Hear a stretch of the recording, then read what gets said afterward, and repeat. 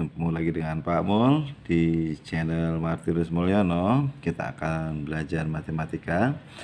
Hari ini Pak Mul mau ajak kalian untuk belajar tentang sebuah lingkaran ya, dimana di dalam lingkaran ini ada garis-garis yang sudah diberikan, namanya ini adalah tali busur ya, tali busur.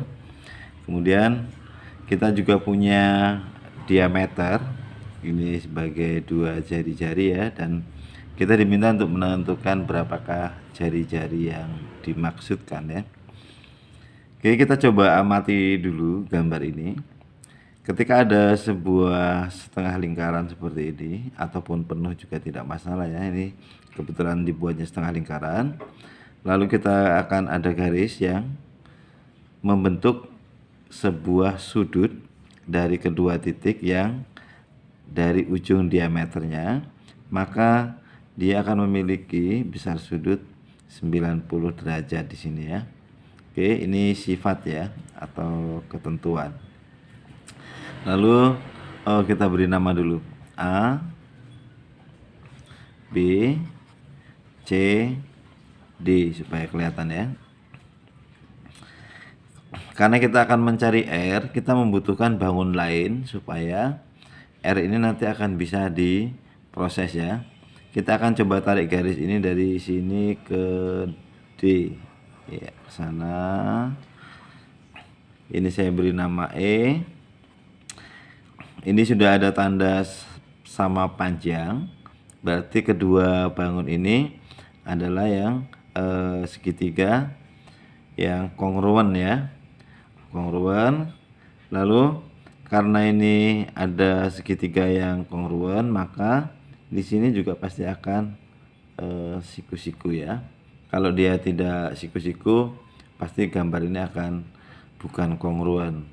Oke, ini saya beri nama E, kemudian ini saya beri nama F ya. Lalu dari gambar ini kita juga punya sebuah segitiga besar A, B, C.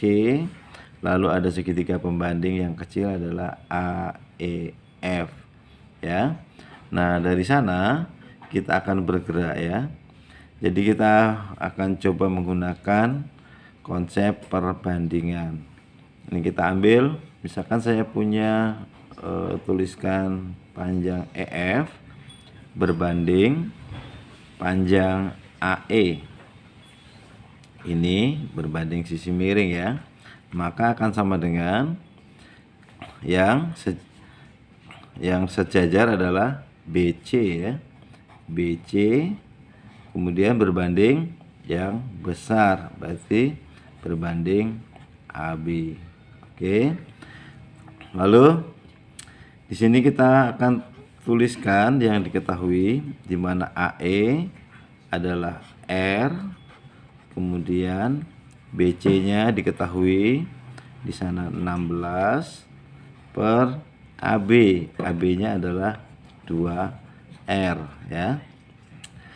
Lalu kita sederhanakan. Untuk menyederhanakan ini boleh dengan cara mengalih. Ini kali R, lalu ini juga dikali R. R-nya dicoret ya, coret, maka kita punya panjang EF yaitu 8, diambil dari 16 dibagi 2 ya. EF kita punya di sini 8 ya. Lalu berikutnya adalah kita coba lengkapi gambarnya. Kita tarik garis dari E ke C ya, E ke C, dan kita di sini punya bangun segitiga yang baru E, F, E, C ya.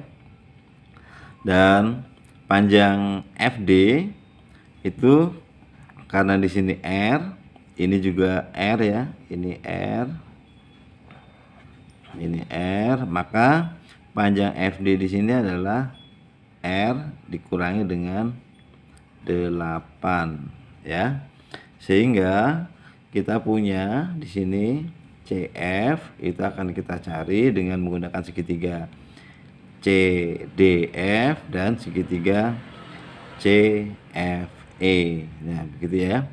Kalau kita misalkan di sini adalah X begitu, maka kita bisa tuliskan untuk melakukan ini kita gunakan rumus Pitagoras ya, teorema Pitagoras.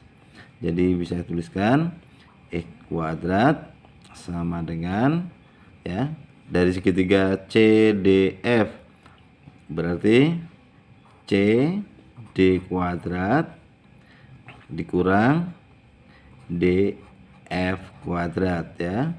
Kita masukkan di sini akar 306 kuadrat dikurangi dengan R dikurangi 8 kuadrat.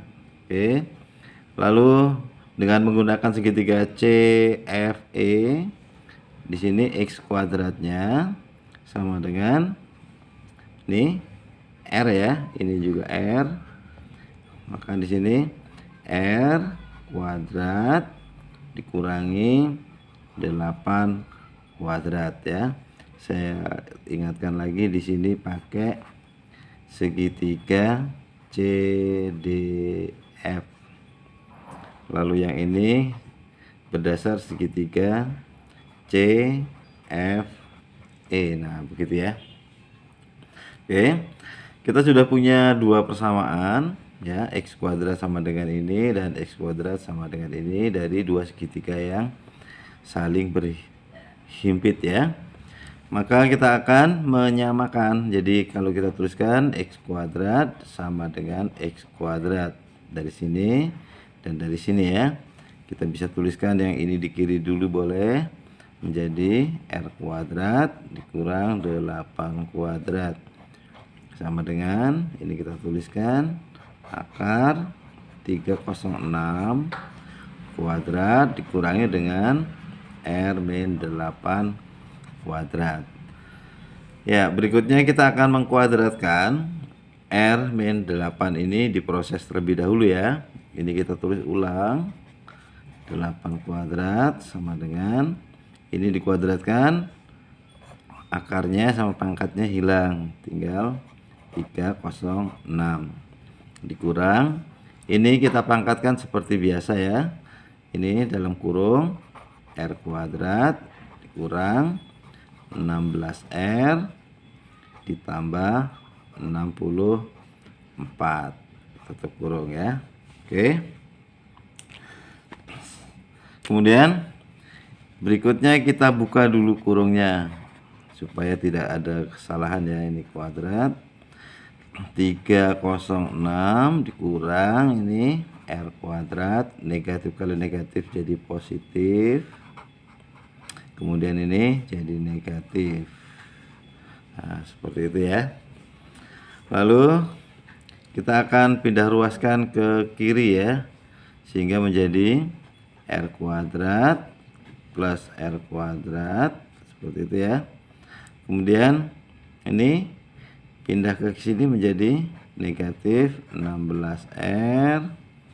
Lalu ini 8 kuadrat sama negatif 64 sama-sama negatif, ini bisa kita coret. Oke, ini hasilnya juga 64 ya. Kemudian negatif 306 sama dengan 0 ya. Jadi 2R kuadrat min 16R min 306 sama dengan 0. Lalu ini bisa kita sederhanakan. Kita bagi 2 ya, sehingga menjadi R kuadrat min 8R min 153 sama dengan 0. Nah, ini akan kita faktorkan ya.